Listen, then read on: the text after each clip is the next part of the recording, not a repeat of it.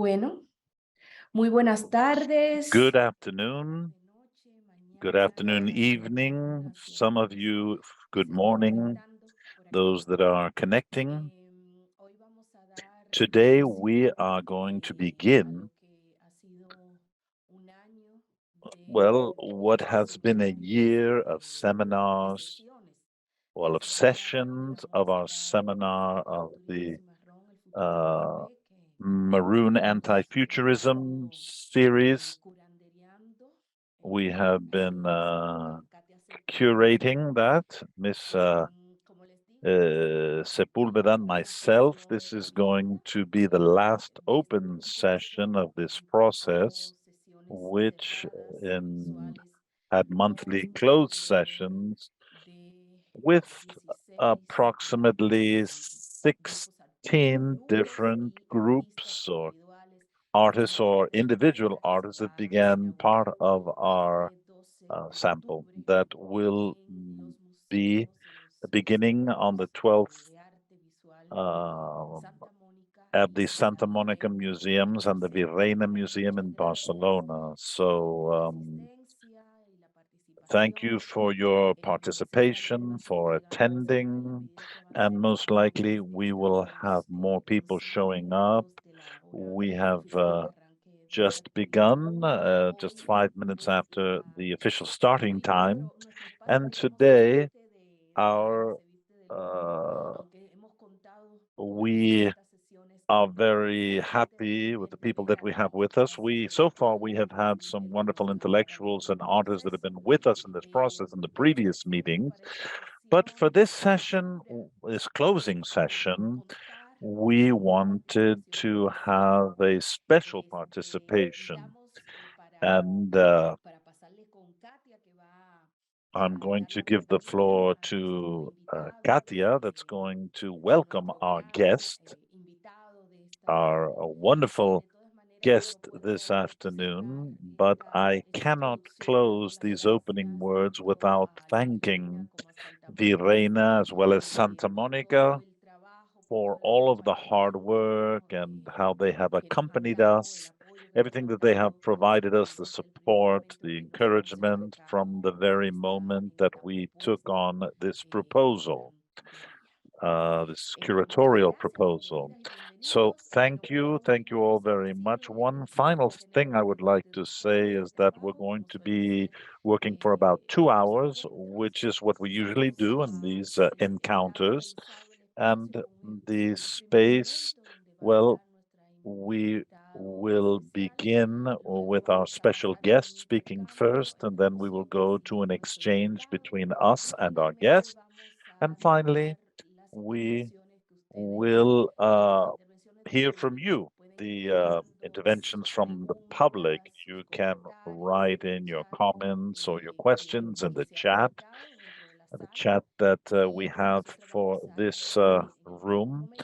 And the last thing we will do within our session will be read your interventions, your questions, so that they can be answered and so that our discussion can follow those lines. So with no further ado, I give the floor to Katia, who is going to introduce our guest. Well, thank you very much for the presentation, Yuderkys. I would like to thank the technical support that's making this possible. We have the people that are behind the Zoom and also all of the interpreters that are going to help us so that we can understand each other, providing a simultaneous interpretation from Spanish into English and English into Spanish and also Catalan. Now, one thing, by the way, if you will see, we forgot to indicate this to you, on the bottom of the Zoom, you will see that there are several icons. One is a globe. It says interpretation. If you click on that, well, you can have access to the interpretation in the language that you need. We will be speaking mostly in Spanish and English. Now, our guest today is a farid rakun. He is a multidisciplinary artist. Thank you, Farid, for being here with us. He is part of the ruangrupa, and the documenta 15 version, well, they were the curators, the invited curators for that event that takes place every 5 years in Germany in the town of Kassel. The previous version of Documenta was between Kassel and Athens, but that was an exception. And just to tell you briefly that for us, this Documenta has been one of the best that we have seen in the history of Documenta because of the concept that this group from Indonesia brought. They are from Jakarta specifically. They brought the Lumbung concept. One of the statements that resonates a great deal with me is make friends, no art. They have worked during this last year in 2022 at Documenta 15, bringing it as trans-individualism, displacing the figure of the individual artist, also looking at contemporary issues of how cultural production is done. And in the first day of Documenta, the fourth day, they had Julius Tutti was a special guest, and Julius brought up various ways of how we can take on the museum to make it more open to the public, and how culture is done in Indonesia, how they are working there with cultural production, and how we can well prepare spaces to go beyond just the art, the exposition of art. And we are trying to see how we can continue decolonizing these ways of producing, the way in which we are producing art.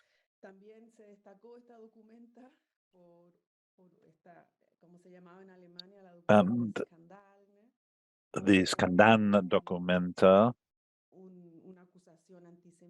there was an anti-Semitic complaint to our friends from the ruangrupa. It was a scandal, and it was a result of some misunderstandings. And we would like to hear from Farid. This documenta was affected greatly by this, and we'd like to make sure that this doesn't take away from the great work that they did, the Rwanga group did. And when these scandals were taking place, we didn't really hear from the curators. We heard everyone giving their opinions except them. And we consider that this reflection is very important because it wasn't done in the German context. Well, we would like to bring it here today, that is to give them a voice in this seminar and laboratory. So that's why we call it the Lumbung 1 lesson.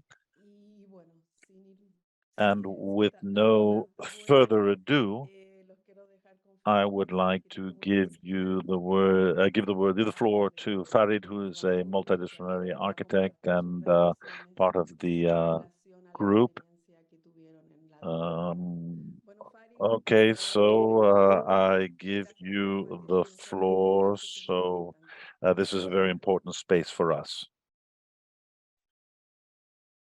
Thank you very, very much, Katia, Yuderkys, and Proyectos Antifuturistas.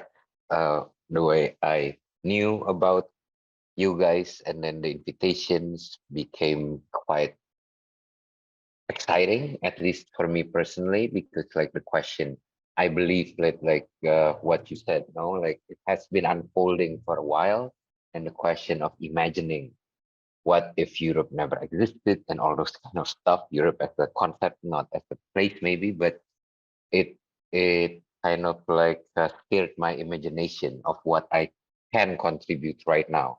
I'll try my best to keep that in mind.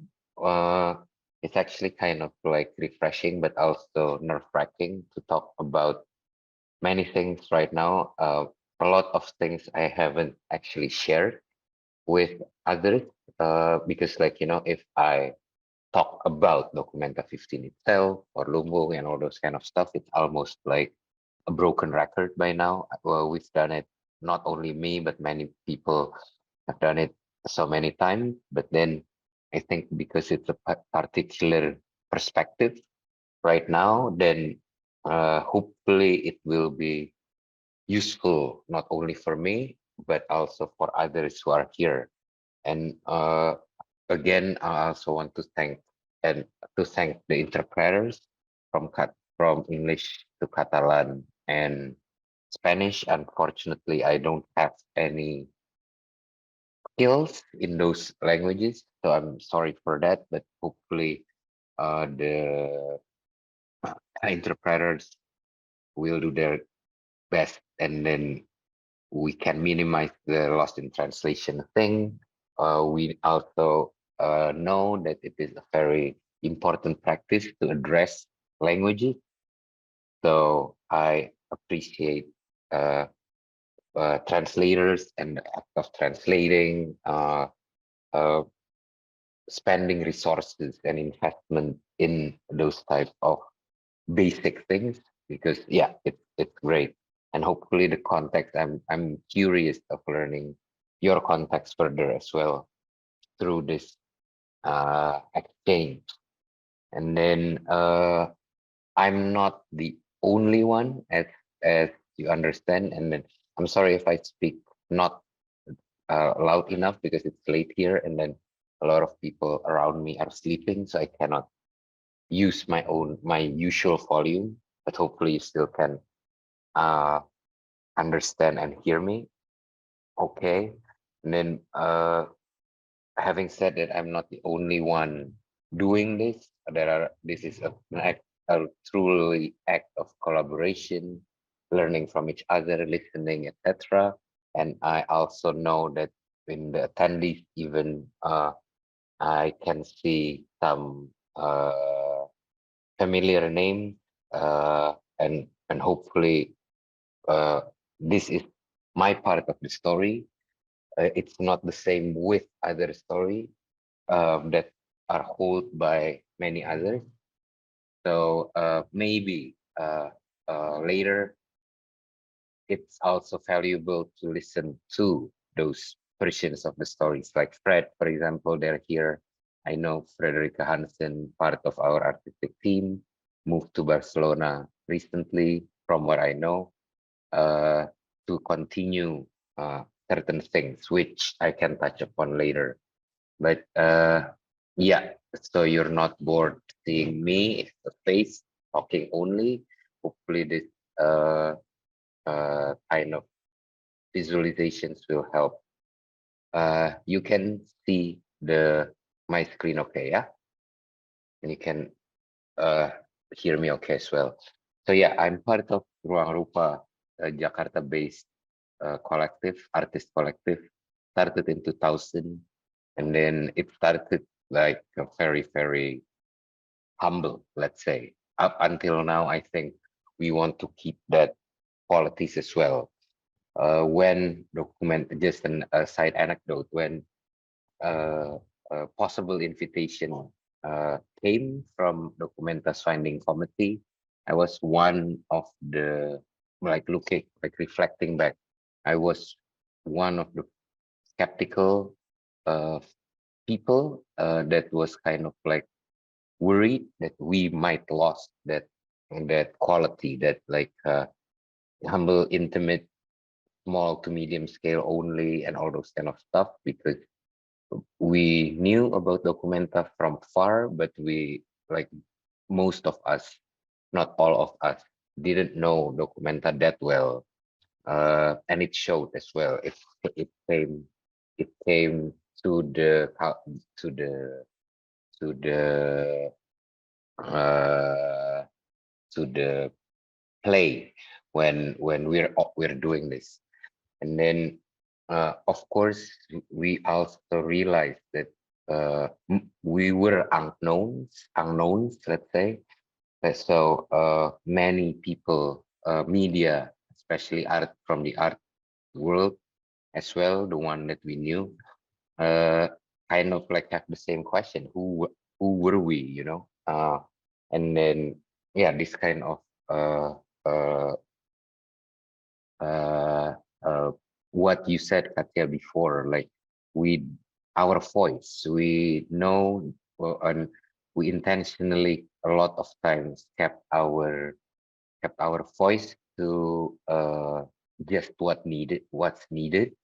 We only use our voice when we couldn't do other way. So we kind of like, we were unknowns for sure. And then maybe it's different right now, maybe it's not, I don't know. Especially coming from different uh, places in the world, we cannot assume that everyone knows us. But yeah, that kind of stuff happened. And then it happened because also uh, we realized, based on our experiences, mainly as artists, like artist collective, not as curators, because none of us were trained and focused ourselves into curating. This time it's actually kind of like refreshing that we can be called artistic direction, not artistic directors even, but we provided artistic direction for Documenta 15. So not curators, because many people also question whether what we are doing is actually curating. No, uh, based on that experience as artist collective, we realized, and this is not only in Europe, but the model can be called Western model. That is happening everywhere. Not only, again, this is not only geographical concept. When we got in touch with, or like accept invitations from this type of entities, uh, a lot of times extraction were not uh, it's well, extraction is inevitable. We got extracted, no, like we got. And again, like, I think maybe some of you have heard about this before, so I apologize if I bore you with the stories, but maybe it's useful to reiterate that uh, that uh, we didn't want to be extracted anymore as much as we can. We need to avoid it as much as we can. And then this illustration also I've used a lot by done by one of us from ruangrupa, called Daniela Fitria, or Kunil, her nickname. It's useful to imagine something as this journey that we are going through still as a river. It can meander, it can bifurcate, trifurcate, all those kind of stuff. It can even, like, water up until now, at least from what I know, as human beings, we cannot control water fully. So it's kind of like a good metaphor as well to see it as a meandering river. And then sometimes we can predict where it goes. A lot of times we cannot, and all and on those qualities. Uh, Back to extraction, we decided to invite Documenta back to be part of our journey.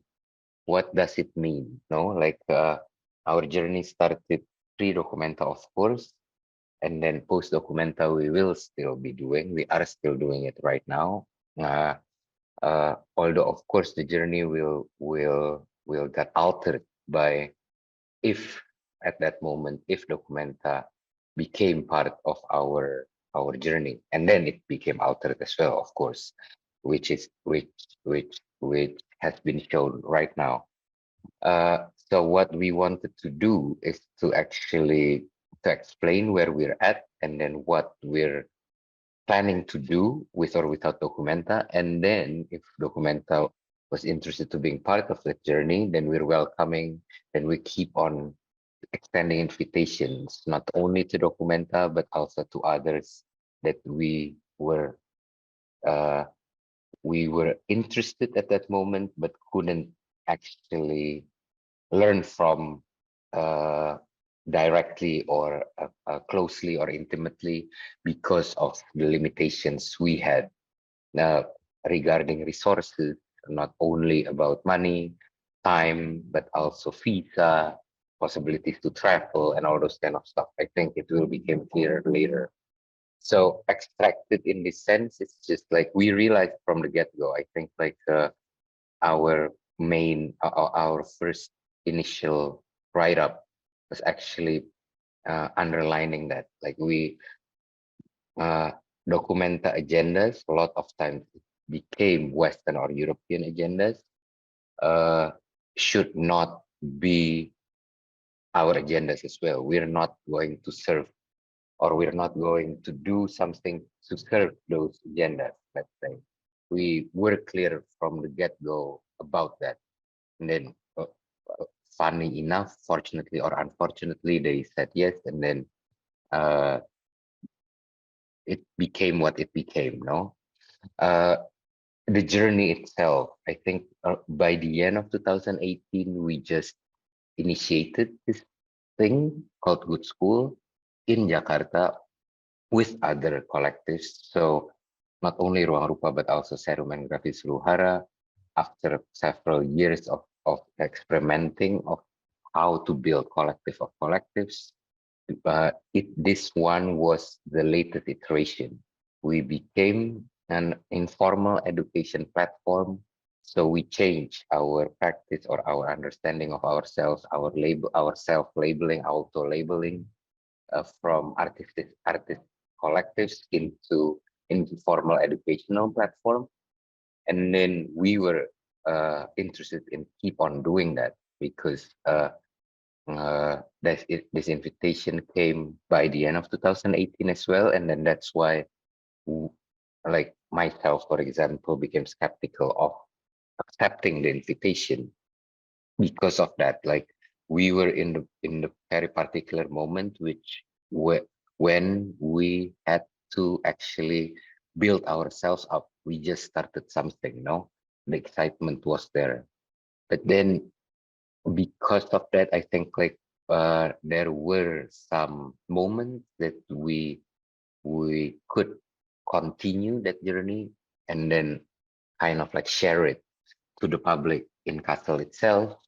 Like, for example, this is just like one very blatant examples, but there are many which we can talk about it later if anyone's interested. But turning Fredericianum, one of the oldest, we learned that it's understood as one of the oldest museum space or exhibition space in Europe, although it wasn't built, the building wasn't built intentionally to become an exhibition space, but it became one of the old, like, you know, one of the first exhibition spaces in Europe. So we changed it and we tried to shift the understanding of mere exhibition space into something like closer to school or educational platform.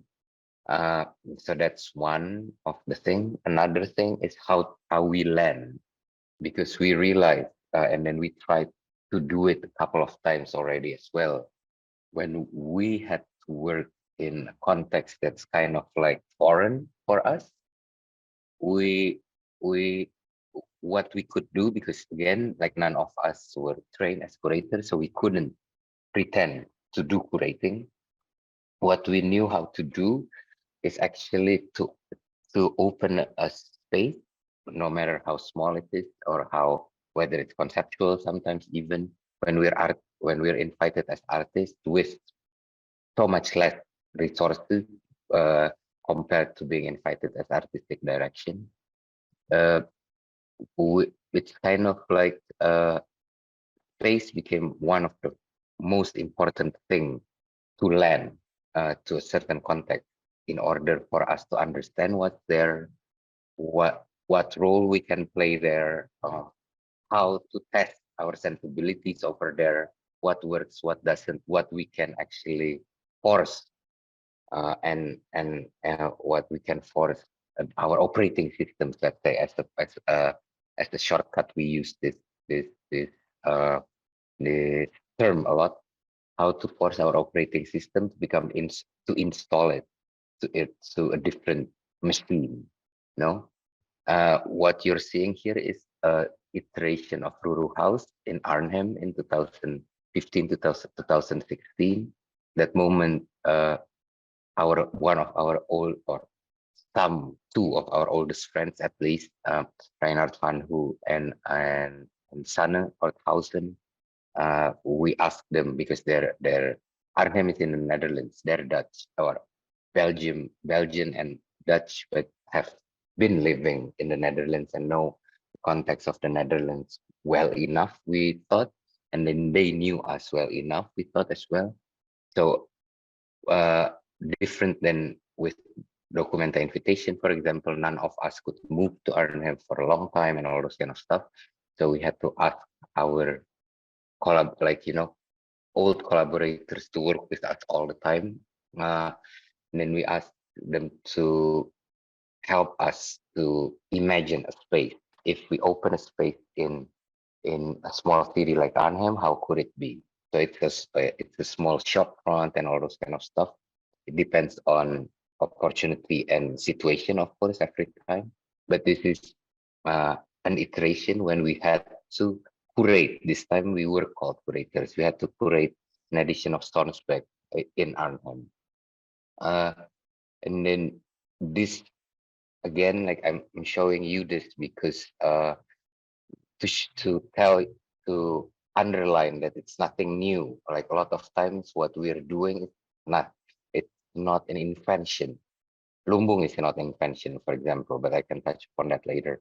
The Ruru House is also not an invention. If you came, or those of you who knew about Documenta 15, maybe you've heard about Ruru House, which we intended to open in 2020 as an open space, but then COVID happened, so it became something else, not an open space, like open for the public all the time, but it took over an old shopping center. Again, maybe it's a theme, maybe a commercial, like to change a commercial use to become Ruru House.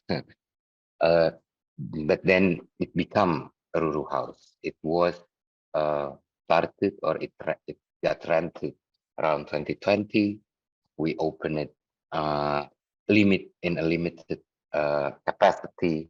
From then on as well, the workers of Documenta 15 also took it. So it's like a working space on the above ground. But this is just a vehicle for us, actually, to open space, understand, and then a lot of times you understand it. It's not a program space, so we don't open space to program it and introduce ourselves. It's much more like how we learn from what's there already. So other initiatives can use this space. The intention was that there, at least radios, young people, at least the window, the shop windows were usable even during COVID. So all those kind of stuff became part of the thing. And then, of course, we had to explain over and over and over again why we're doing this. Not only that, but also where we're coming from, because in Germany, at least, Germany and Indonesia have relationships, especially diplomacy and economic relationships, but culturally, like Indonesia is not a well-known context, no, for Germany, especially in Kassel. So Jakarta and Kassel, how it relates and all those kind of stuff. It was grueling to continuously explain ourselves and our practice, but it's part of the job. We see it, and it's okay. We didn't see it as as a homework, but it's actually an exchange because we're interested as well in learning from others and listening from others, but also regardless where they're from, let's say. And then hopefully this thing works. Oh yeah, this is a timeline that we made when we about to open Documenta 15 100 days. It explains kind of like what I said before, where we're coming from, how the journey became altered by the inclusion of Documenta and other collaborators that we're working with. And then I think like this diagram this diagram was put in the basement of the row house for everyone to see. But as you can see as well, which maybe later it can become deeper in conversation, but challenges, no? One thing that's kind of like striking for many who read this diagram, not from us, but how, for example, visas came over and over and over again, because I think I know this is kind of like a learning curve, not only for us, but also for people who are working with us, from Documenta itself included, like how difficult or what consequences it brings when we invite ex-colonies, people from ex-colonies to Europe. A lot of times maybe it's not a big of a problem for a big event like Documenta, Venice Biennial, whatever, even Manifesta, which will happen in Barcelona, I think, next year, if I'm not mistaken. Something like that, it can be kind of like overlooked, not overlooked by a sense of ignorance, but I know, and we know, we learn how difficult it is to understand how challenging visa process could be for those who were born with a strong passport, like or strong nationalities that way, like passports that kind of like let you travel around the globe much more easily than others. Indonesia is not one of the easiest passport to have, and then even us, like myself included, who a lot of our troubles came from there. And then I think like we learn from this experience as well. Right now, for example, one of this is just like sharing one of another anecdote as well for you, but like after Documenta 15 experience, us in Good School and ruangrupa even we are thinking of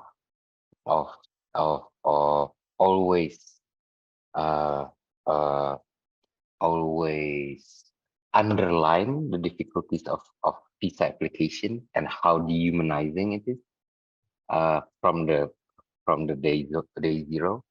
And maybe we can, or like we have to approach this type of invitations when we have to ask for visas in a very skeptical way, unless we get a lot of help in doing that.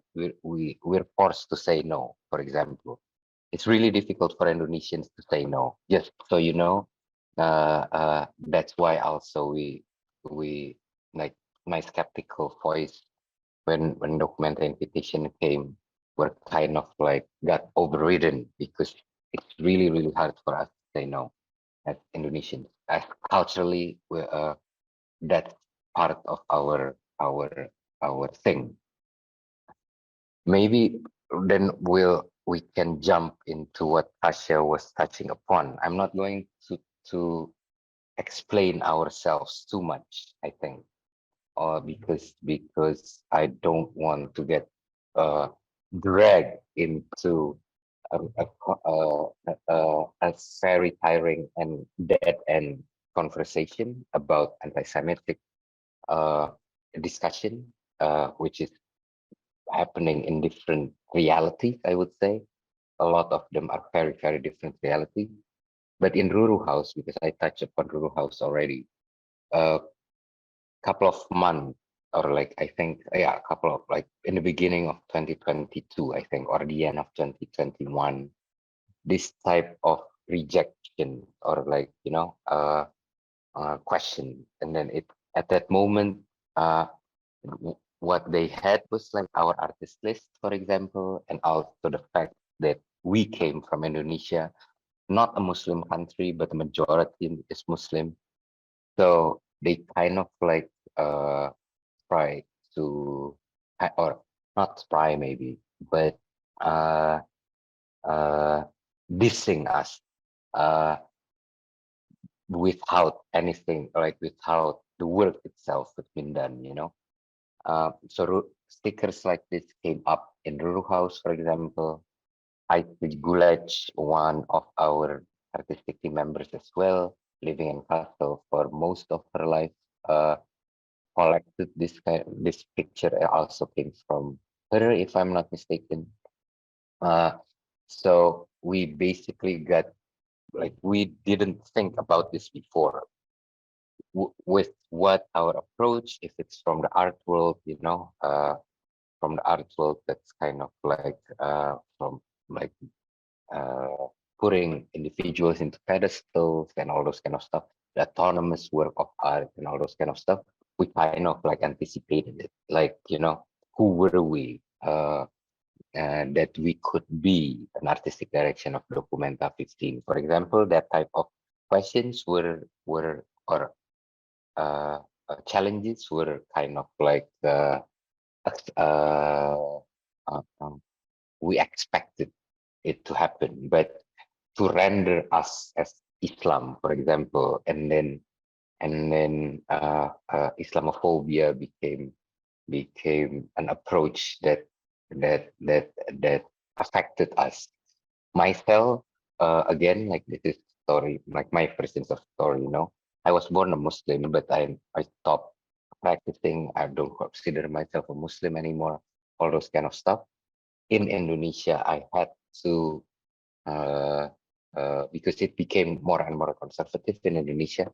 Conservative in Indonesia meaning leaning more to Islam. Myself, I cannot defend Islam myself. No, like, I have problems with it. And then suddenly I got put into a position that like then suddenly I became Muslim and I have problems with that, and that kind of like weird. And then, as you might also know, like physical, we can read it as threat, physical threat happening as well before the exhibition opened. So it's kind of like after our attempts to land in Kassel as something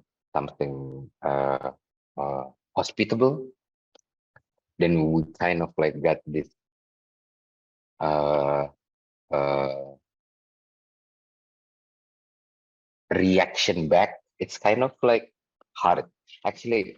Yeah, honestly, opening up a bit, doing this reflection right now, presentation on in front of you right now. It's kind of like hard for me as well still, because seeing these images opening up certain wounds, and like not wounds maybe, but like trauma in my head and in my heart, because when it was happening, it was kind of like surprising and shocking for ourselves. Many readings of this panelization could be read, but we thought, as a group, at this moment, we're lucky that we have built affinities, or like we tried, at least tried to build affinities between artists, so we can become much more of a community instead of just a group of people showing works for 100 Days in Castle. So we were lucky we built that beforehand, because it's not for this type of conflicts, but it's much more of like knowing each other, learning from each other, maybe collaborating with each other and all those kind of stuff. But because of we did that, it's easier for us to gang up together and making decisions together. So again, ruangrupa tried to play the role of not becoming a sole leader and the voice of Documenta 15, but how to react, or how to do things when challenges happen. No, I think Kasia, you said like a lot of times other voices were heard more than ours, but that's also because of the nature of collective works for us. It's because we need time to get into consensus. It's not about voting and the loudest and all those kind of stuff. Of course, those dynamics happen like everywhere in life, but we try to understand different point of views before we can voice something as a community, let's say. That's why also we're slower than the media, the politicians, which kind of like well-oiled machine in that sense. For like, you know, making clickbait, especially the media landscape right now. So this type of things, although it can be read in different ways, but we had to read it in the worst way possible. If it is possible to read it as death threats, for example, 187, or coming from Barcelona, maybe you're much more familiar than what Peralta means as a name, because we didn't know about this when it happened. No, we had to listen to many versions of it. But taking the worst readings of it is actually for us it's the most responsible way of doing things. Because of this, actually, discussions happen of like, should we still open Documenta 15 for the public during the 100 days? Whether it's responsible for us to put many many people, no, many entities at risk. Not only physical. Physical is maybe the most extreme one, but also mentally, comfort, hospitability, and all those kind of stuff. And it became like constant negotiation again. Conceptually, I think a lot of people we're working with, including institutions, understand the importance of what we're trying to do. But when it put into practice, then that's where the devil lies in the details, no? So that's where it kind of like uh it's kind of became a struggle, no? Uh and then it opened, and then the readings became this, or one of the readings, no? I'm not going to touch upon reading too much because there are so many versions of it.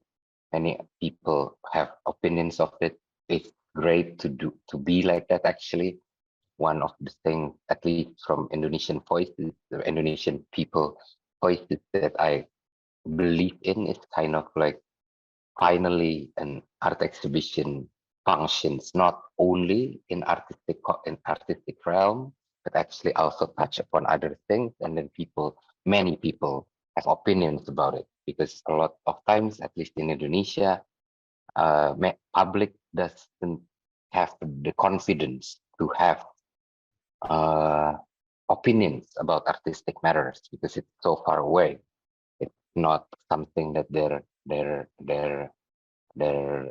familiar with. It's very foreign for them. So in this sense, a lot of people actually can have opinions on it. In that sense, I think we managed to prove that it is possible.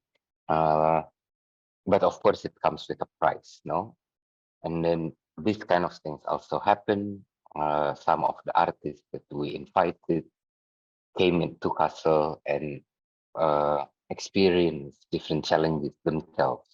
Maybe for ruangrupa, it's kind of like Pisa's constant negotiations of what we're trying to do, the Ruru house ticket and all those kind of stuff. It was part of our experiences, but when we invited other collaborators, then other experiences happened. Those are visibly queer, for example, especially non-white, kind of like face their own challenges. A lot of times, this type of incidents didn't get picked up as much as other incidents, anti-Semitic incidents by the media. You should ask them. I cannot explain why, but that's just the case. And then maybe another thing that I can share is like, and this is like I think Fred, who is here right now, they can speak more about this if there's possibility for it this time, because this is they're much more closer in this process when it unfolds. But artists from Haiti, mostly Black, also came, like, they exhibited in church, in a former church, let's say, or like a semi-functioning church, Catholic, and then they face certain challenges as well. Some bystanders, let's say, came to the church when they were preparing, shouted at them, make them self-threatened and all those kind of stuff. And actually they working with others, of course, they built, or they use this experience to came up with publication about how to deal with or learning from their experience, how others and themselves can deal with similar incident when it happened. No, and they're not alone, but this is one of the best examples to it. Party office also, I think, built their own, because it's part of their practice as well, how to make safe space, party space, and all those kind of stuff. I hope their experiences in Castle and Documenta 15 also kind of like strengthen their attempt in that thing. Other parts, not only artists, but also sobat-sobat, or what are traditionally known as mediators. Of course, they're the front line. No, they're the ones who meet a lot of the public on everyday basis. Their experiences also came into a very particular one. I can share what I know, although I hope I do them justice, but I know that this is not a complete picture if you compare it to one of the sobat-sobat or sobat-sobat as a group, the educational team, etc., etc. But there are, like, many of them, of course, come from German-speaking context, but also a lot of them were not. And then these experiences, because of what they thought they would do with our type of artistic approach, and in reality, on paper, when they've still, like, asked to do tours because it sells tickets and all those kind of stuff, it kind of like clashes. It's one of the fields that the clashes became much more transparent between operating systems of our operating system and the existing machine, of exhibition making institutions such as Documenta, and I believe Documenta is not the only one facing this problem. Then they also made a publication reflecting on this. This publication was also for us, at least for me, I can speak for myself. It's also valuable, one of the most valuable lessons that we can learn from, because this is age-old problem for Documenta, how to deal with what traditionally known as mediators, how they pay them, how they position them, how much time and other resources they spend on them, because this is a big group of people, no, around 100 to 200 people. And so it is a collective by itself if they want to build one. So hopefully with this type of things, not only us in Lumbung community, the way we call it ourselves right now, if Documenta 15 became Lumbung 1, it becomes Lumbung community. And then how we could learn from a lot of things that has happened, but also for other institutions and other people, other individuals and other entities, because yeah, this is kind of like, at least we could contribute to problem that's kind of like age old already, no? And then a lot of this were not smooth, I will have to say, no? Again, it was some of the artists even say that like being part of Documenta 15 is basically being asked not to present artworks, but to be part of endless meeting, endless discussions, and all those kind of stuff. And then, although it holds some truth in it, but also it's a wake up call as well for us in ruangrupa, at least, how taxing what we're trying to do is. What we're asking people to do is actually very, very taxing. That's what I'm trying to say. And then because of that as well, I think like as Lumbung community, we realized that right now a lot of us are taking different ways to not only reflect and learn and all those kind of stuff, but also to regain ourselves from it, because it was taxing. So another thing, again, I think because Fred is here, this is also one of the thing that might be valuable to touch upon, because the way we do things made possible for working group to form. So initiatives not only coming from ruangrupa, but also from these endless discussions and meetings. Uh, uh, by others, and this is one of them. That kind of like, maybe it's good to share. It's called Lumbung Press. It is the working group, one of the most active working groups. Then this is the working group, the vehicle that could make what I shared before as publications possible as well.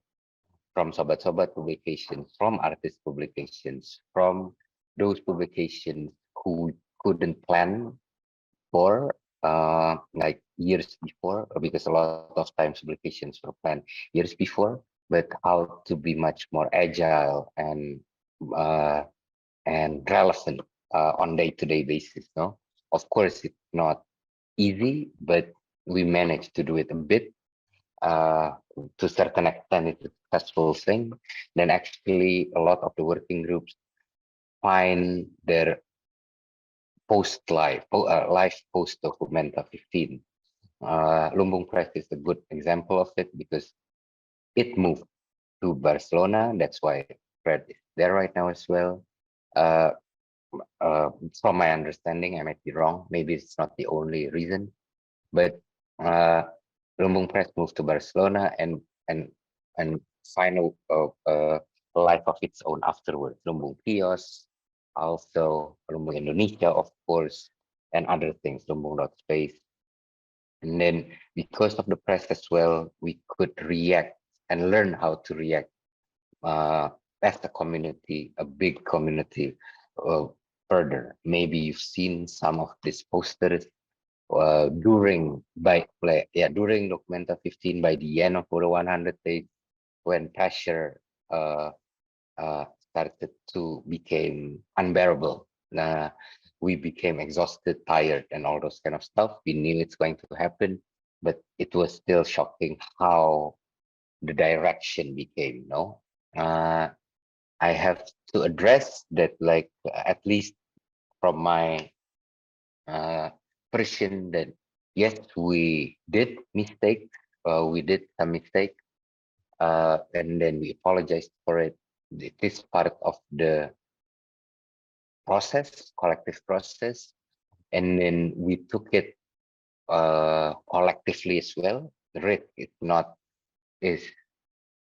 possible to evade, and then also this is how we do it, how we decided to do it, and then again coming back, and I have to underline, a lot of times time is of struggle that we have to keep. We need to fight for our collective time, meaning slow. That's one. But also we have to realize, at least from ruangrupa side, have to realize that our voice is not the only voice that's valid for Lumbung. So that's also why maybe Kasia, that you didn't hear too much from us because of that. It's a consequence, not as a intentional thing, but it is we follow the process. Like Lumbung is not team and all those kind of stuff. It's a working process, mechanism, and all those stuff. And because of that, we have to be consistent in doing that mechanism, let's say.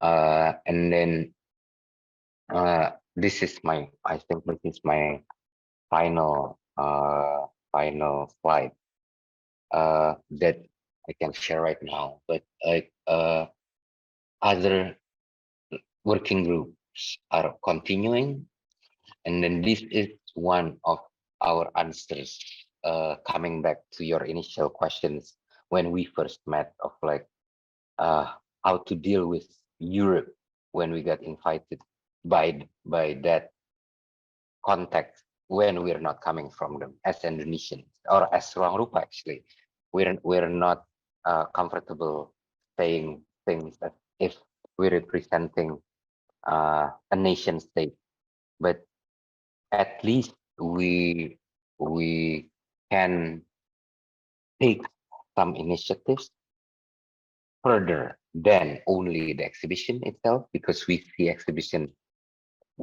before we said like exhibition as an alibi, but I think right now there's a better wording for it. Oh, exhibition is actually a vehicle for something else, for something even beyond art itself. And then how to make sure that happens is actually those initiatives could go on, no? And like Lumbung Not Space hopefully will go on as a repository of knowledge that we as Lumbung community have learned from doing Documenta 15, and hopefully Lumbung continues. Then Lumbung Not Space will still act to be a public face on it, a digital public face on it. But also the second thing, and then this is maybe the last thing, if I don't forget anything else, is that how we can learn from our experiences ourselves, and hopefully something like Documenta also learn from it the way we want them to learn from it, because they learn maybe also something that kind of like we will never work with collectives anymore, for example, which we didn't want, but it's possible. But also again, like the sobat publication, the artist resistance publication, and other publications, that it can be used by others when they face the same dilemma or challenges and us. Like, for example, proyectos antifuturistas coming from different ex-colonies contexts as well, dealing with Spanish institutions and all those kind of stuff. I'm intrigued how you're doing it. You know how intrigued I am. I've said it before. And then, yeah, if we still can do it that way, and we can keep that intact, that intention intact, I think we manage to do it, no matter how challenging the journeys itself has become. Because as I said, like many of us up until right now, like preparing for this, again, like preparing for this presentation tonight is actually kind of like not easy for me. So hopefully it's not in vain what I'm sharing with you, and then we can continue with much more bantering and exchanges instead of me only talking to you as if I'm an expert on something which I'm not. Thank you very, very much.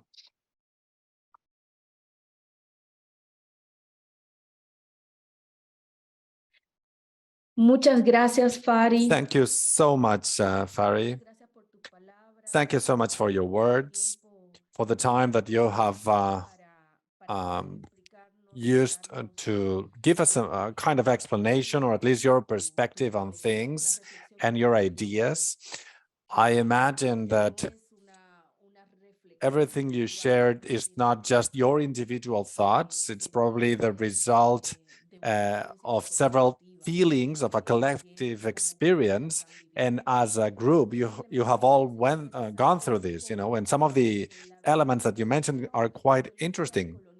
First, how these colonial violences are still rendered more and more current today, even in spaces that have been created or that give us a kind of approval, let's say, in this move towards a certain reparation. There are artists coming from the former colonies, as you were saying, migrant artists who are there in those territories and stay there and live there, who were colonized back in the day, and today, well, they have their independent states. However, because of that history, they are still in a position nowadays that feel lesser than, with a certain geopolitical inferiority in the face of the attacks of capitalism and the modern colonial system. There are two things that I would like to now throw at you so that we can talk a little bit more about them. I will tell you one, then I'll see what you can reply, what you want to say about it, and then we'll move to the second one. The first one has to do with the following. This notion that for you was fundamental to think about the proposal that you designed when unexpectedly you received that invitation to be curators of Documenta 15. And you use this notion of Lumbung, which for us, by the way, it's something that resonates quite a lot with us, those that come from the African diaspora. It resonates a lot with African concepts that we use to think about the collective experience. So you apply this term, Lumbung, for the whole proposal that you suggested that has to do with this collective dimension, as well as, let's say, experimenting art from a different point of view, compared to how people usually offer this kind of artistic proposals, or how they are seen from the Western contemporary art system. Now, if you could maybe tell a couple of words, because you did speak about this Lumbung press, the press that you showed us. You gave it this name, but could you please just devote a couple of minutes to tell us, to tell all participants, what this concept is all about? What is Lumbung exactly? Why did you work on it? Why is it so important for the collective? And how this becomes a methodology or a strategy to decolonize art, if you allow me to use these words, which compares to the conventional methods of the artistic activity. And why is it different, let's say, from conventional artistic experience and artist as a profession as well? Could you please elaborate a little bit on that concept of Lumbung and how that became a certain design, a way of organizing the piece, and also how to experience art? What kind of proposal is it, Lumbung, which is one of your main assets during the documenta, I believe? Please. Yeah, sorry that I didn't explain, or I didn't take time to explain that much more deeper, because again, like I'm just afraid that I would bore people if I talk about Lumbung again. But thank you for the question, because it is important. And I cannot assume that everyone knows as well, but Lumbung is a vernacular word in Indonesia. Most people, if not all people here, knows what Lumbung means. So it's not ours, not our invention. It started when we experimented with that collective of collectives, how to become that. Around, I think it started around 2015, 2016, 2017. It's a shortcut for ourselves to say to each other that this is what we're doing, we're experimenting with internally, how to share each other, how to share myself coming from Ruangrupa originally, how I can also be seen as a resource for Serum or Grafis Ruhara or other Jakarta-based collectives and others as well. Like if I want to work with the initiatives that was coined by Serum, which I did a lot actually.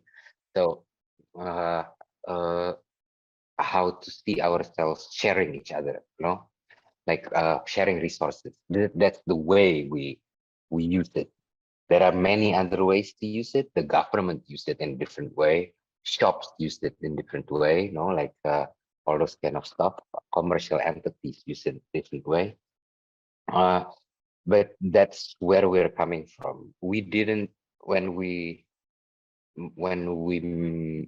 made the counter invitation, we decided to use it because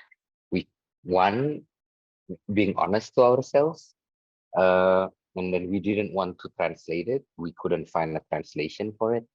And then it's just easier for us to keep on doing it with the term that we're already established, no? So that's one. So it is actually for us to say to everyone else that we're doing what we're already doing anyway. Maybe the question came from two ways. One, of course, is from the European context, because they had to learn a lot of terms, new terms this way, new terms in Documenta 15, from Lumbung to Nongkrong to Maker and Thought Art, all those kind of stuff. It's just like endless for a lot of people. But one cheeky way to answer it is actually finally these people or these critics can feel the way we feel so far when like being artist or being in the art scene, when we have to deal or we have to learn labels that's very foreign for us, not coming from our language, post-structuralism, or whatever, deconstruction, whatever you name it. And then in schools, we have to learn about it. you know, and then why, and that like exhibitions in Jakarta use this type of thing. And then again, this is maybe partially why a lot of the public members of the public, they're not feeling comfortable having opinions about art because of these languages as well. So in here in Indonesia, if we're making whatever, calling it lumbung, calling it nongkrong, this is basically like things that people use on everyday basis here. So we don't want to lose that, no. So that's one. With prices, of course. The second question is coming from our own context, actually. If you ask me, this is kind of like a colonized perspective, but maybe not. For them, it's kind of like the risk of exoticizing. That's like we're exoticizing ourselves, no? Like using these terms, although we use it on an everyday basis. But then for those maybe who question us about that, they think like we invent and we intentionally render ourselves, putting our portraying ourselves as if we're exotic people. Then it becomes like, you know, those Paris exhibitions in the whatever colonial times, that like, you know, Balinese dancers coming to Europe, dancing in front of white, you know, and all, and became like that's what they were thinking what we're doing by doing lumbung and all, and nongkrong and all those kind of stuff. For us, because we know where we're coming from, it's kind of like we can shrug it off, because that's not what we're doing anyway. At least the intention was not like that. So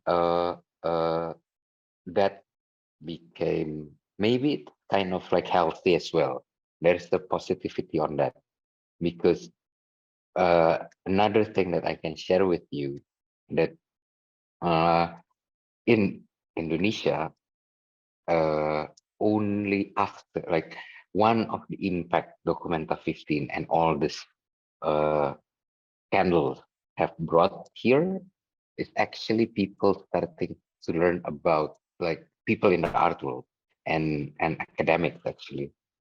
Although it's nothing new, but there are more interest in what you're like the terms that you have used: decolonization, post-colonization, counter-colonization, and all those kind of stuff, because maybe this becomes as a surprise for those who came from former colonies context. But in Indonesia, I think like we deal with our colonization process culturally differently. That's why we're like, you know, a lot of times we didn't understand when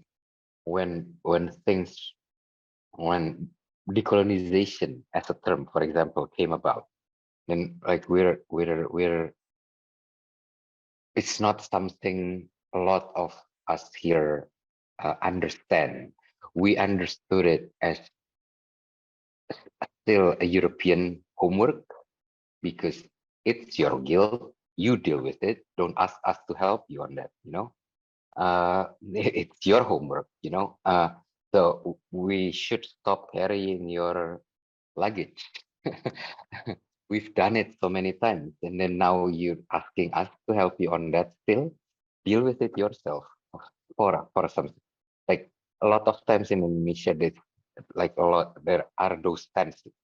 But right now, I think because of what happened to us in Documenta 15, people started to realize that maybe there's still some use to delve into these labels deeply and make it ours. How to make it ours? Maybe it's not going to be called decolonization. It will be called something else, maybe. But maybe we can also say that we've done something to do that process for ourselves, not for European. And then it's time to acknowledge it as such because it hasn't. The attempt to do so as well has been minuscule, I have to say, no? Like from maybe some others would disagree with me from Indonesia, but maybe in that sense, it's a positive impact. The last thing, maybe, I'm sorry if I speak too long, but the last thing is about that, like, I think you touched upon how reception, no? Like, it became clear as well because of the reception, actually. It wasn't clear for us that much, but we started to do things for ourselves, no? Like, and ruangrupa, when we were young ones. When, like, the first image I showed you when we were still street, let's say, uh, when we were like that, we were doing things for ourselves. Our public is for ourselves, and then it grew. Luckily, we grew, and luckily we're not hippies, so we're not isolating ourselves from others. And then with Lumbung One experience, actually, the building of Lumbung community, this this notion of who we're making things for is actually getting enlarged and enlarged and enlarged and enlarged. This time around, we became interlocal. We're thinking interlocally. We're not saying internationally by intention, full intention, but like, or because it's nation state. But like, if it's local, connecting locals between each others, building solidarity between locals and all those kind of stuff, then this is the people we're actually making things for. All, of course, as a consequence, we learn it. Certain people got alienated from it, especially coming from those people who were used to become, and like, they have the entitlement of exhibitions like documenta being made for them, no, or being catered for them. And then from what I know, I might be wrong, but many of them didn't even come to documenta because they know that it's not made for them. How to read it, I don't know. What impact in the future it will bring, I have also a very minimal clue about it. But being honest, it's actually kind of like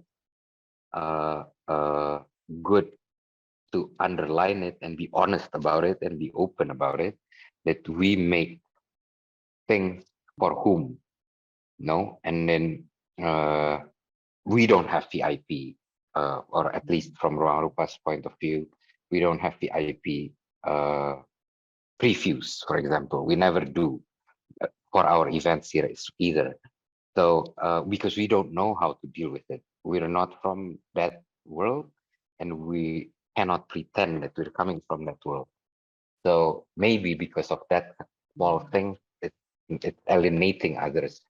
But we want to become hospitable to the people we want to be hospitable for. Then the understanding of VIP, very important person, might differ from what our understanding and from institutional point of view of understanding. And I'm not saying particular in what institutions, but you know that it is the case. Sorry for Muchas gracias, Farid. Qué bueno. Thank you very much. Very interesting, this last part, because precisely the other question that we want to ask you is along those lines. It has to do with how in recent years in institutional spaces, and specifically in art, institutional spaces of art, there is an interest in artists that come from the former colonies, that come from countries that were called the third world at some point, and they have been placed at our availability and spaces that have been opened up to the possibility of us seeing these artists that remain somewhat hidden or occult or non-valued by the world of art. Well, today, all of a sudden, there's like there's this boom, this desire to open all of the doors. This idea that we are in a moment of decolonization of art. And it's a deep criticism of the commitment with modernity and with coloniality.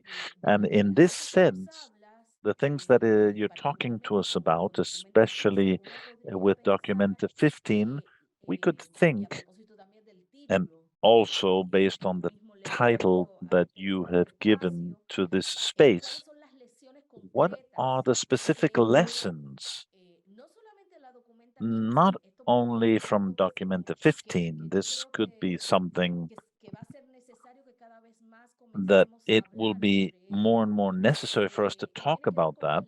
And it has to do with the lessons of this opening, this time of aperture. Once the institutions have opened up, generally into the hands of artists that have privileges, that have hegemony for their works of art to be valued. Once the artistic institution or the artistic spaces have opened up to give a place to other experiences, other ways of approaching art, and of experiencing artistic creation, what is it that happens when those spaces are opened up? It doesn't seem to be sufficient to make it into the museum. And this reminds me of a text that I was asked to write for the Sao Paulo Museum. And I said, I asked if the decolonization of art has to do only with entering into those spaces, spaces that were not created for the type of work that's done from the communities and that don't come from the Western matrix. Many times these experiences prove that that's not enough just to open up these spaces to these artists, but what those experiences are showing us is precisely the limits of those spaces, the institutional problems that these spaces have. And even when they open up their doors, we can see a series of problems and of confrontations are made clear, made manifest. And I think that everything what happened with Documenta 15 clearly shows how, even when we open up to a group that's coming from the South, from a former colony, and is expressing art in a different way, and they are invited precisely for that reason, but then the institution does not have the capacity to be able to, let's see, how could I say this, to welcome what is going to happen from the moment in which we enter those spaces. What is it that happens with the artistic institutions that once they allow for the entry of these artists, they do not have the capacity of taking on the changes, the shaky terrain that happens when these people that previously were not allowed to be there are there. And here we can, it's as if we were seeing, in the case of Documenta 15, how the conceptual institutional basis of art in Europe were shaken when confronted with another model, with another way of exercising art. So the specific question would be, does a proposal like Lumbung from an African, those that come from the Quechua tribes or from the Mayan world, from other peoples, from other, that have created a different world and that have a different approach to the aesthetic experience. Can that be accepted? Can that be received by these institutions? And what are the conditions for these institutions to really move this decolonization process forward? If you don't provide the conditions for us to be able to develop our art in these spaces and the type of proposals that we want to be able to create. In those spaces, are there experience such as Lumbung? Is that somewhere for them to be? Do is this going to mean that these institutions are going to have to make important changes in the way in which they conceive the artistic space, but also the way in which they administer it, the way in which they manage it, the way in which they see it as a specific, even spatially speaking? That's what I'm referring to. So to conclude this comment, which is getting a bit long, specifically from these experiences and the reflections that you've had, do you consider that if you can give us 2 or 3 recommendations that are, shall we say, urgent in these encounters between Western art and artistic proposals that come from lands that have been opaque, dominated, repressed, made invisible, precisely because of these aesthetic practices and the approach to the world that they propose? So that's what I'm putting forward for you. So what could you say to us, for example, with what we are going to bring to these 2 museums of Barcelona? And when we're talking about what would a world without Europe be like, how can the artistic work be shown there? What would you say to other artists that come from the global south and that are participating in exhibitions and in the other types biennales where they are invited? What do they need to take care of, and when we receive these invitations, what should we demand to protect ourselves so we are not, find ourselves in a violent situation again? Yeah, thank you for the comments. You touch upon so many important things. Hopefully, because of there are so many, I have a lot of notes, and I don't know whether I can make a coherent reply to this, but I'll try. One thing that I can start with what you said about like world building. Like we're doing this, or what we did was actually being honest to ourselves, or trying to be honest with ourselves, try to show it and make it public somehow. I don't understand up until today how we can be threatening for those who are already so much more established, who are much more richer, hold so much more resources and all those kind of stuff.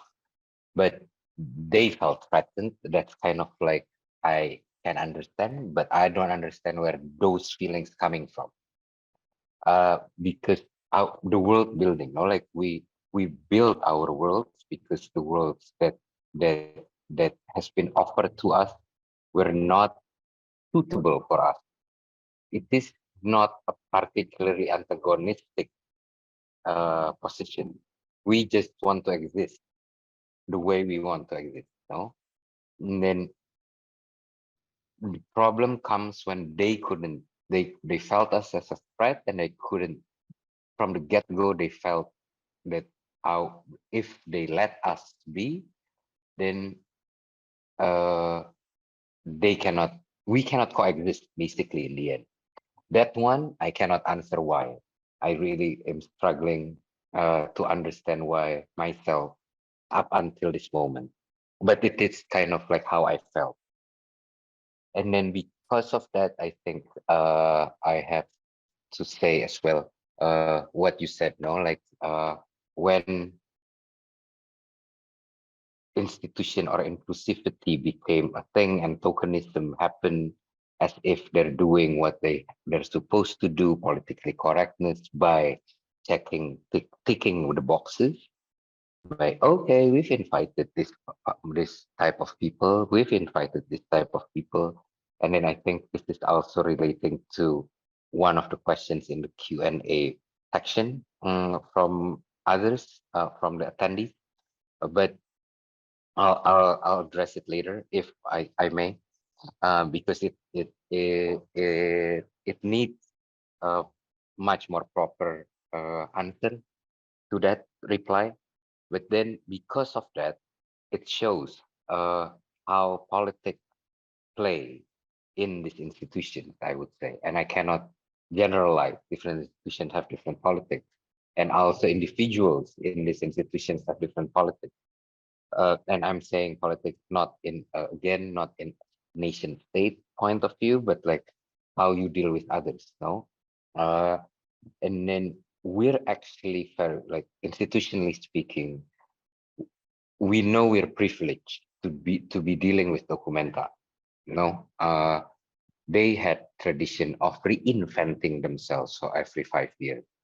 There are traditions, of course, but they, compared to other institutions that our limited knowledge or limited experience have offered us, it's actually kind of like already much the challenges, the struggles were not as big as others. Again, conceptually, when it became practical, when we're talking about hospitality, which you touch upon, how to treat others when others are your guests in your head, you know, not your burden, because you want to take something from them because you've paid them, they need to provide a service for them, for us, you know, like all those kind of stuff. When it is not about that relationships, when it is about relationship between different point of views, different positions, different conditions, different limitations, and all those kind of stuff, then that's where politics play, if you ask me. That's real. And then to be able to deal with it in a documenta realities, I think we learn a lot from it. And then again, it is a privilege, as challenging as it is, as hard as it was, or still is, not we need to also still acknowledge that it could be much more harder even with other institutions. So I cannot, what I can say is like what I can say is what I can share to you. I don't have a particular answer for you when you're dealing with, like, you know, when you're dealing with your own situation. But then also like for artists, you know, like this inclusivity or politically correctness or ticking the boxes, and to become relevant, the function of art in the real world and all those kind of stuff, which is not our question. We never have that question because our art is always functioning in the real world anyway. There are functions in our art. So it is a very European question, if you ask me, like the function of art. And then they took they again, like they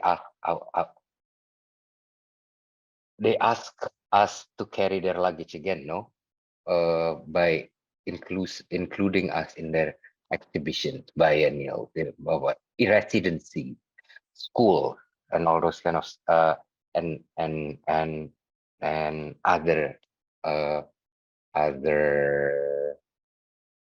schemes.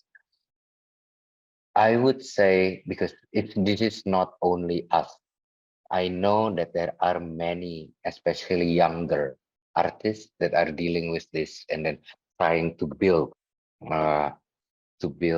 guidelines how to deal with invitation, how to deal with institutions and all those kind of stuff.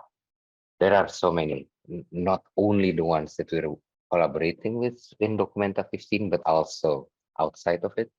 And I'm learning, we're learning from them a lot as well. Some of them we disagree, some of them because we're leaders by now, we're old. But I think that like the change going that way is actually kind of like exciting, if you ask me personally. But what I can say is just like refuse to be tamed as much as possible, because being included from our own experience as artist collective, being included in a group exhibition that say like, you know, this is a group exhibition, we're going to include the global South, voice of the global South. We're just being treated as I'm sorry for my wordings, but this is directly translated from Indonesian, but as monkeys, no? Like we have to perform. We have to like, you know, we're subhumans basically. We're being treated that way. That we have to perform, saying, or like then someone else from there going to defend our position as if we're valuable enough to be included in the canon and all those kind of stuff. And those institutional frameworks are there from schools, from residencies, from exhibitions, from spaces to biennial, or you name it. It's just like a full machine by now, no? So how to refuse that? And then I think like we're lucky that we didn't have, like coming from Indonesia, we didn't have to move somewhere else to be or to make art. That way we still can come up and do something what we call interlocal, as I said before. How to be still in your locality and function in your locality and be there still. There are so many people criticizing us about this as well, from here especially. Just a full disclaimer, but we're learning with it as well. But how to not move to Europe, to not move to somewhere else and be tamed by it, you know, because it's easier for them to include you, again, like that notion of inclusivity, to include you in their tokenism. If you're going through all that route that they're prepared, they're trying to prepare for us right now, no? So how to do it? I think everyone has different answers on it, and then refusing might be not the only way. Like this is for us again, Indonesians, hard to say no and all those kind of stuff. Refusing might be the only last resort. If you ask us, it's really hard for us to refuse. But how to use this opportunity and become opportunistic, before we could say parasitic, but with Documenta 15 we couldn't. And all those things, how to become undercurrent and all those things, we learned a lot from others, especially also outside of the art world. So we never thought that we should play the decolonizing Documenta card. Although again, like the media played it as if what we're inviting is the global south, you know. We never used that word ourselves. We never used the global south. We never used the third world, maybe former colonies, because it's a fact thing, a factual thing. But for us, the fact that we work with many of former colonies contexts, because one, we're interested in learning from them, how art can still happen in a very precarious situation.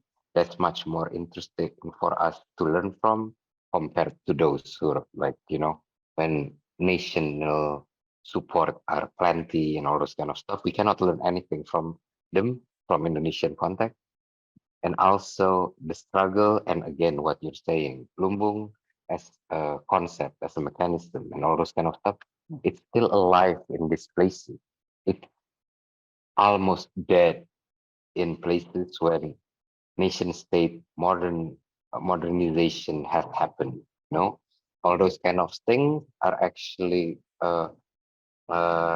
it's just a consequence of a consequence of the operating system or the logic that we're putting into motion.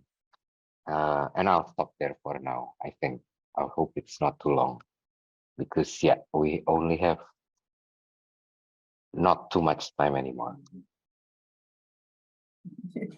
Sí, sí, ha sido muy enriquecedor. Sure. It has been extremely enriching, this dialogue that you have accepted to have with us, Farid, and with the participants to this session. As you said, we're coming to an end because it's very late for Farid.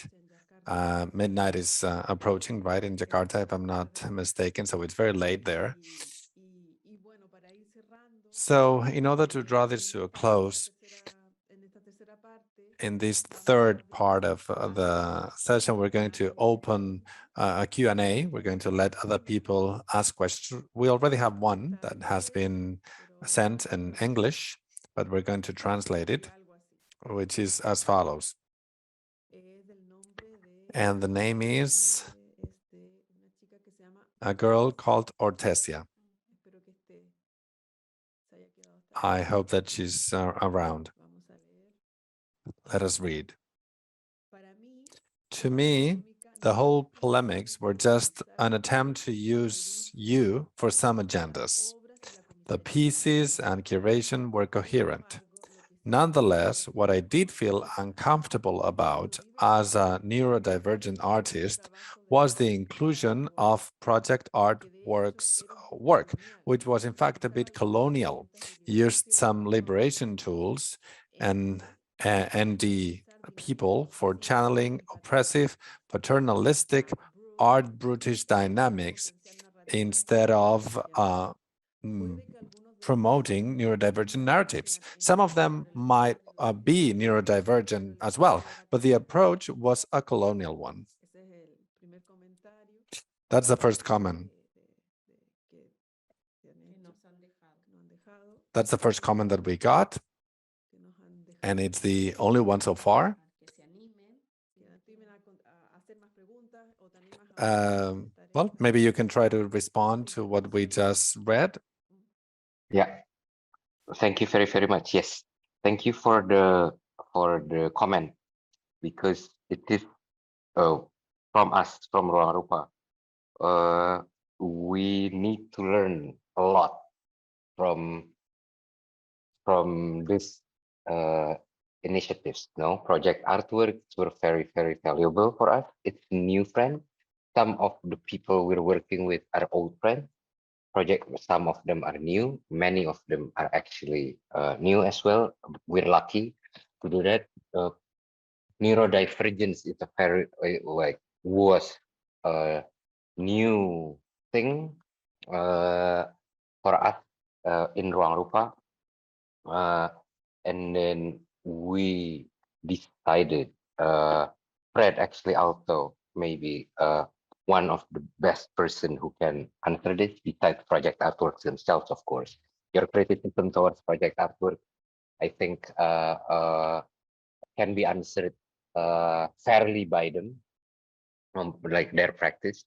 But for us, my version of it, it's like when we knew about their practice, this is way before the Turner Prize thing. So it's actually not a glitzy thing, but we were taken by their initiative so far. At that moment, like the continuity of it, the sustainability of it, and the story of it. And then we were thinking ideally, originally, that we could actually not not representing them, but to actually make much more in-depth changes or in-depth interventions to how an edition of documenta could be if if like children, like with the same thing could also be applied to children and kids and all those kind of and others in documenta 15, that we wanted to make with, like what I said before, we're making things for ourselves. This notion of us can be expanded, and then kids was expanded, children was part of this us for since I think around 2000, like around 2010, give and take several years, either before like 2008 or 2013, because of some of us started to have children ourselves. So it become like very honest thing. And with neurodiverse things, like it's also like that. Like we were trying to figure out if some of us personally were also having neurodiverse members and ecosystem around us, and how to practice an edition of documenta. At that moment, it was kind of like the opportunity to include that as this notion of art. And then project artworks became an entry point to it. And then we learned a lot from them. We haven't found, like as ruangrupa, we haven't found out the best way to implement the lessons to ourselves as well. And then your criticism about that is valid, of course, part of the thing, and then part of the learning process as well for us, for project artworks, for other entities, hopefully as well in the future. One thing that I can share that kind of like very good that's happening in Indonesia lately after, I don't know whether it's related to documenta 15 or not, but it is totally visible in Indonesian art scene or art events right now, that and it's not a flick of a switch, it's not instant, it has been happening as well. And as you said, some of them, like your criticism, some of them a lot of times it becomes art, outsider art, or a couple of years back it's always like that. But these days, art fairs even, or museum exhibitions and all those kind of stuff, starting to do things differently with neurodiverse, with other disabilities, and also those who are not considered to be the main audience of art, meaning children and old people. So attempts have been done to that, and then I think this is still a big learning curve that we all, I mean, at least from ruangrupa, I can say that we all still need to learn from. It's not what we came up with documenta 15. Of course, it's not perfect, but comments like this are very, very useful for us to continue. That's what I can say. And then kudos to Project Artworks. We even like this is another anecdote, maybe some that but not only for captions, for example, how to put captions, what to put in captions, and all those kind of stuff. Not every plan that we were setting to do happened, but learning from it again, that thing happened. When those people, the normative people, or what those who were entitled to think that exhibitions were made by them, complain about this small, not small, but this detail that and that when it was made for other than them, then it doesn't function fully for them the way they did it. They're used to.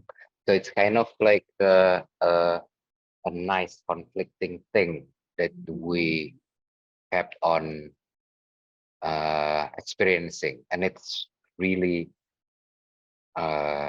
enriching, at least for me personally. That's it. Thank you. Sorry. Micrófono abierto. Okay. Gracias, Farid, por la respuesta. Thank you, Farid, for your answer. There are 2 or 3 more questions, and we're going to ask them to you back to back so that you can make one final comment about everything. The first one comes from a person called Ivy or Evie. What do you think about the wide/leftist notion of mutual aid compared to those of Lumbung or Ubuntu? That's the first question. The second one is by the art director of Santa Monica Arts Museum, Enric. Thank you for your question. He says, okay, I'll go ahead and ask something as well. I'm very curious about how you manage to operate, to communicate, and to recognize or validate mutually all of these tentacular proposals that came from so many collectives and collectives of collectives. So what kind of communication channels did you use to connect with one another? And what kind of formats, assemblies, working groups? How did you organize yourselves? Then there's another question by Luis Graham Castillo from Dominican Republic. He says, thank you about this session. This is a great opportunity. Farid, after this experience, thinking about the future of ruangrupa and as a learning lesson for us as well, what things you wouldn't ever do in how you're related with this kind of events or institutions? What things you would never do again? There's another question as well by Johanne Gomez from Dominican Republic as well, from the Caribbean. Do you think who your piece, your work is for when you are creating it? Are you thinking about the possible audience, the potential audience of every piece? That's it. Those are the questions we have, and try to answer them together so that we can draw this to a close. Thank you. I know it's very late for you. Thank you very, very much. It's okay. I did a long nap. Fortunately, today it was possible. I was lucky. Maybe hopefully I have time to, or I have the capacity to answer everything or put a reply to everything. But I'm sorry if I couldn't. And then maybe like peers first, and relating to future of ruangrupa and not again. I think what I said, like this notion of us become enlarge and enlarge and enlarge and change and all those kind of stuff. If we can answer that, if like invitation, and it's not invitations anymore. We should, for us in ruangrupa and good school, particularly, this is time finally to be strong enough and confident enough to say that we have to take the initiative. We're not waiting for invitation anymore, all those kind of stuff. Of course, resources are still scarce, we're still precarious and all those kind of stuff, but at least we have the confidence right now. How to make it happen, that's another thing. But this notion of us, when we can answer that, whether it's useful, whether it can sustain our practices, then we will say yes. So it's kind of like the different answers, different context, different opportunity, different possibilities, and all of kind of what we would say no, totally no, is when we cannot answer that. Like if there's no use for us in certain conditions, then we would say no. We're not going to be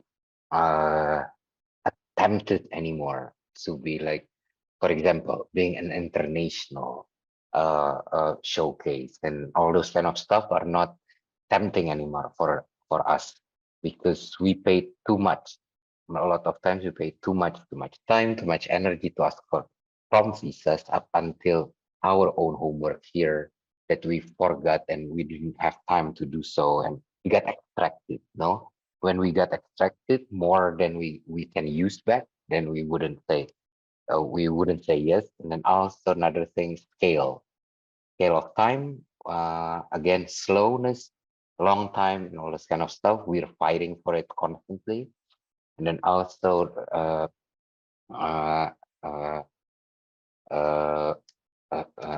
scale of big, like documenta 15 became too big for us.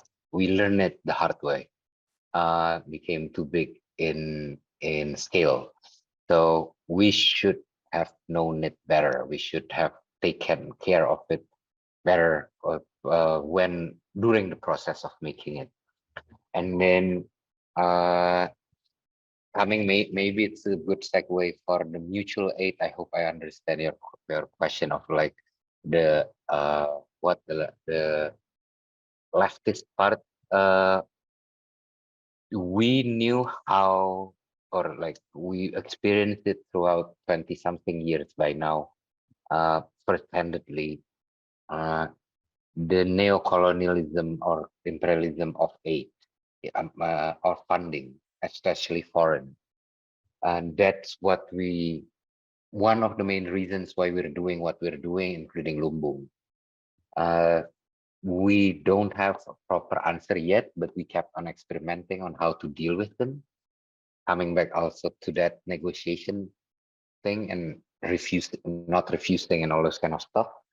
And then it is different than Lumbung or Ubuntu because of the steering or of the level of the hands, no? Like one is upper hand and one is lower hand. What if we kind of like shake hands that way? I'm sorry for the metaphors, but because of time, hopefully it's useful. This is a shortcut again, but what we've been trying to deal with this aid body, funding bodies, and all those kind of stuff to limited success up until now is actually to sit on the same table and on the same level. If they can do it that way, which most of them cannot, up until today, although they have again the good intentions to change themselves and all those kind of stuff, but politics happen again, repeating what I said before. Then because they're locked, no, like they're locked by the nation state or the modernization logic, the modern logic, and then that's when it's different than, for example, Ubuntu or Lumbung or other ways of doing things, because it's not transactional. It comes not from a sense of deficit, like, oh yeah, you don't have money, we have money, we're going to give you money, then you do something to us. That's transactional, no? Like the relationship a lot of these institutions to have with the artist. That's where the main problem lies, if you ask us. But then what if like it comes from a surplus logic? We have this, we have many of this, we have surplus of time, we have surplus of ideas, we have surplus of knowledge, but you have deficit in certain ways, and you have surpluses of certain things. How we can share about it together? In that way, the logic, the position should change from the get-go. again, I think like it's good to repeat that if we always think that we get threatened, we're always coming from insufficiency logic, like we're always not safe, we're not sustainable, then it's really difficult to practice something like Lumbung or Ubuntu or sharing. And I'm not saying that like, like, every one of us has met people who don't have that much. They're not rich, but they're generous. We have met on the other side also people who are billionaires, but as stingy as they can be, as they're not generous at all. They're not hospitable at all. They cannot share. So it's not only about how much resources you have, but about the good, like the good intentions from the get-go. It relates also to the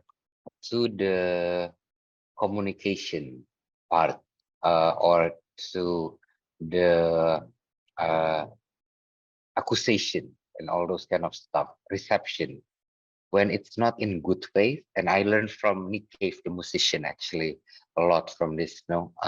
Like after a while, you can feel which conversations or which approach or which relationships are based in good faith, and they're the only ones that make sense to sustain.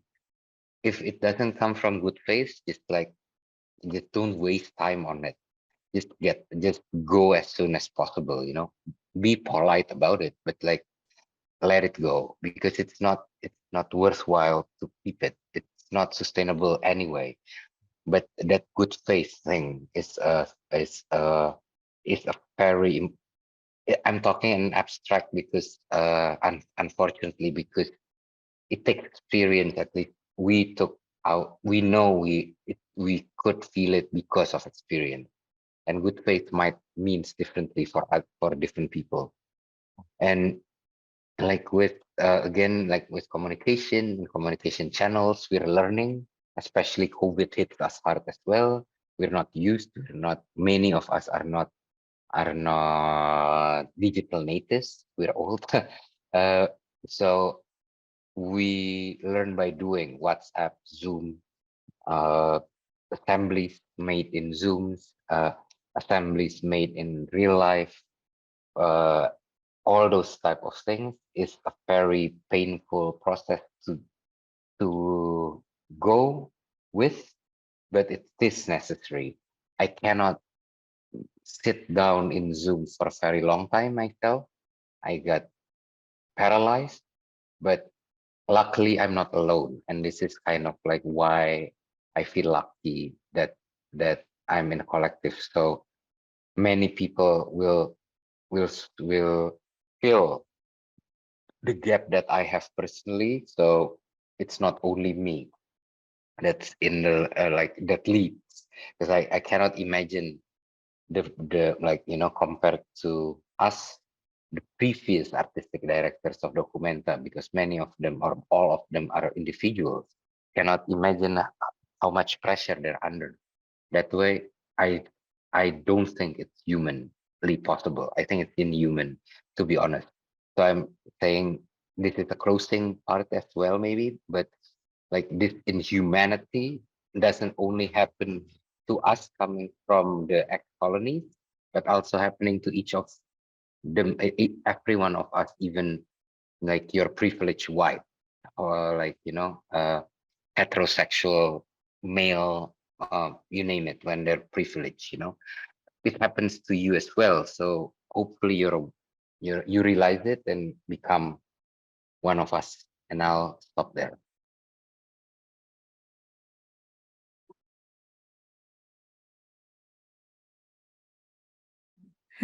Bueno, muchas gracias. Muchísimas gracias. Por esta bella conversación, por este espacio de intimidad que logramos.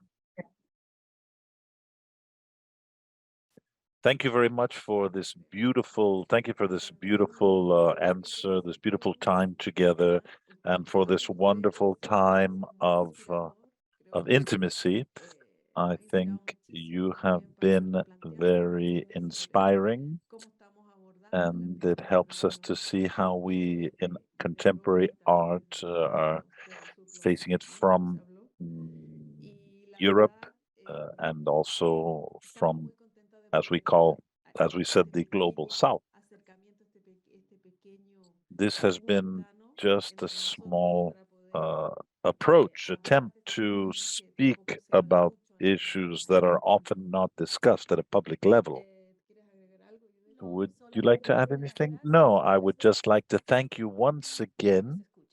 Yes, I think they hear me. Yes, I want to thank you once again and to thanks all of our participants.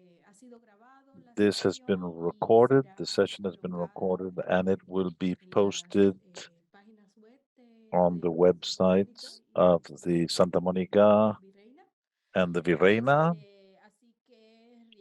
And I think it's important to have this type of meeting, to have this type of dialogue, so that in the future there will be greater areas of dialogue between such a remote area for us,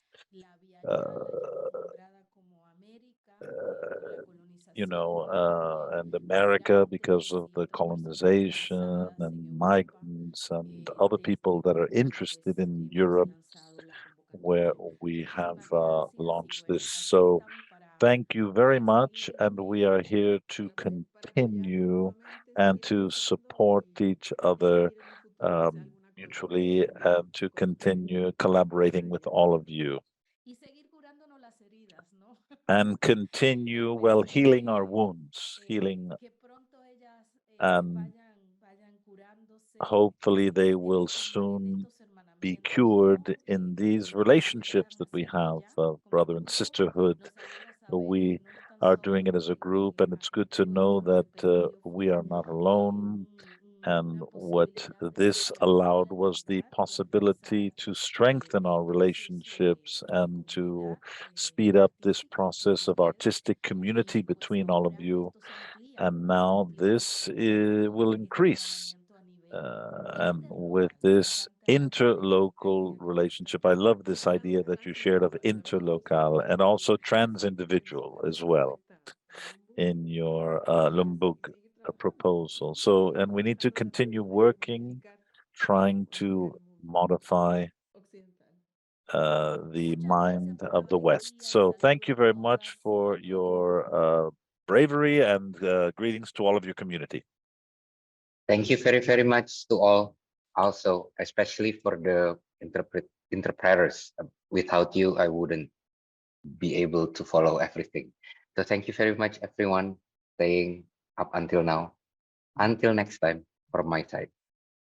A la próxima. Gracias. Okay, until we meet again. Bye-bye.